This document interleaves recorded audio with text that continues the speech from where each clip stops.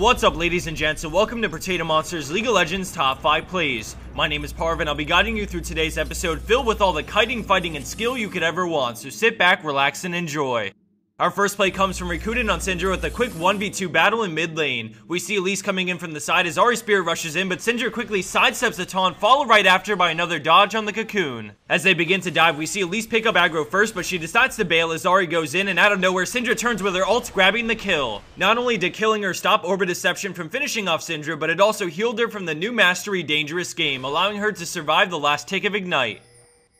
Moving along into our number 4 play, we have xTOJX with a huge play on the Donger. Right from the start, we see a big team fight going on, and with red team's Vi overextended, they immediately lose their main tank but kill Lissandra. As they kite back, the upgraded turret deals tons of damage, but when Ashe immediately gets dropped, they start to retreat as Janna sacrifices herself as a distraction so that Heimer and Pantheon can get away from the fight. Left in a 2v4, the enemy Draven pursues to try and clean up some more kills, but an unexpected turnaround from the brush with the help of the turret allows him to blow through barrier and grab a vital kill. As Pantheon waits on his cooldowns, we see Rammus quickly gaining on the Brain, and despite a nice turret to stop his powerball, Rammus gets the taunt off and Heimer gets solo, but a clutch Zhonya's keeps him alive for now as his turret fires away. Blue team moves in for the kill, but they turn things around for a kill on Renekton as Pantheon scares away Nami, allowing Heimer to escape with his life. Rammus moves in quick, so he immediately goes back into the brush, using the turrets to outplay Rammus for their 4th kill in this play.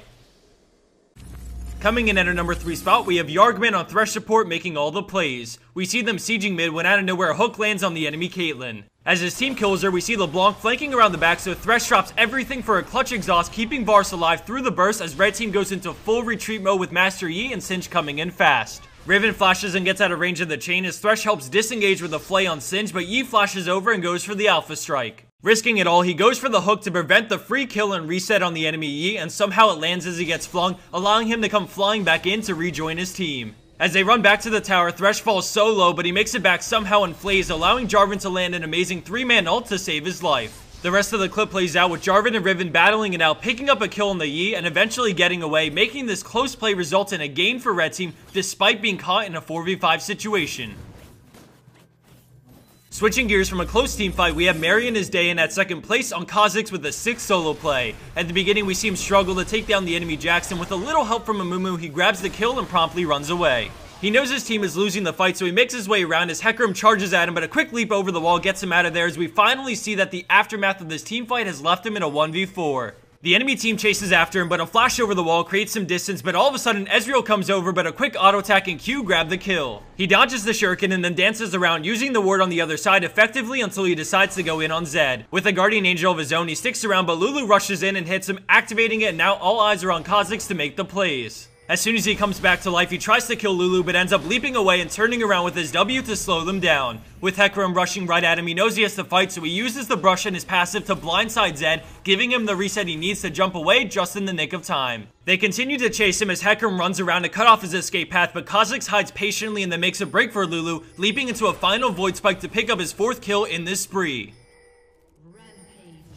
And for our number 1 pro play for this week, we have RF Legendary on none other than his world-class Nidalee. Right off the bat, we see Ahri come in, but a quick pounce dodges the charm as he goes back in immediately with Lee Sin, straight onto Nautilus at first, and then onto Ahri, who he chunks low and leaves to die from Ignite, killing her despite using both summoners. With a fresh blue buff, he goes on the hunt and quickly finds Nami, deciding to chase after her as Nami heads straight back into the enemy Riven for help, exhausting Nidalee and using her ult to make it back there in one piece. Nidalee pursues and then gets stunned, so she decides to turn around and get out of there as Sona crescendos to stop Riven and allow a safe disengage. Knowing she can't get too close, she plays the range game, utilizing the speed from her passive to poke them down, but then all of a sudden Caitlyn comes around the back and Nautilus hooks her in. She quickly pounces away and runs around the bend, deciding to head to the wall and jump over it, and from here she could just run away and recall, but she actually chooses to keep on being a nuisance and jumps back over. With amazing sustain and a powerful mid-game, she looks for an opportunity to go in, and with Nami low, she jump flash Qs for the kill while dodging the Aqua Prison.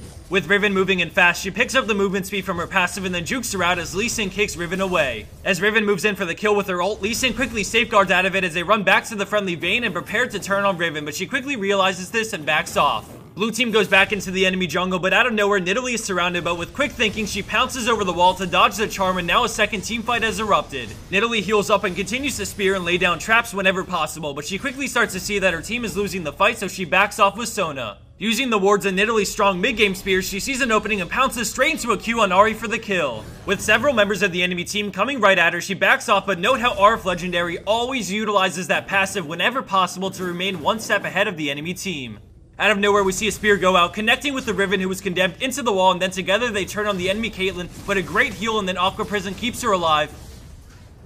Until yet another spear picks up the kill under the tower. Over the course of about 2 minutes, RF Legendary dominated the mid game in this play, and he used all the tricks in the book to do so, earning this the #1 spot.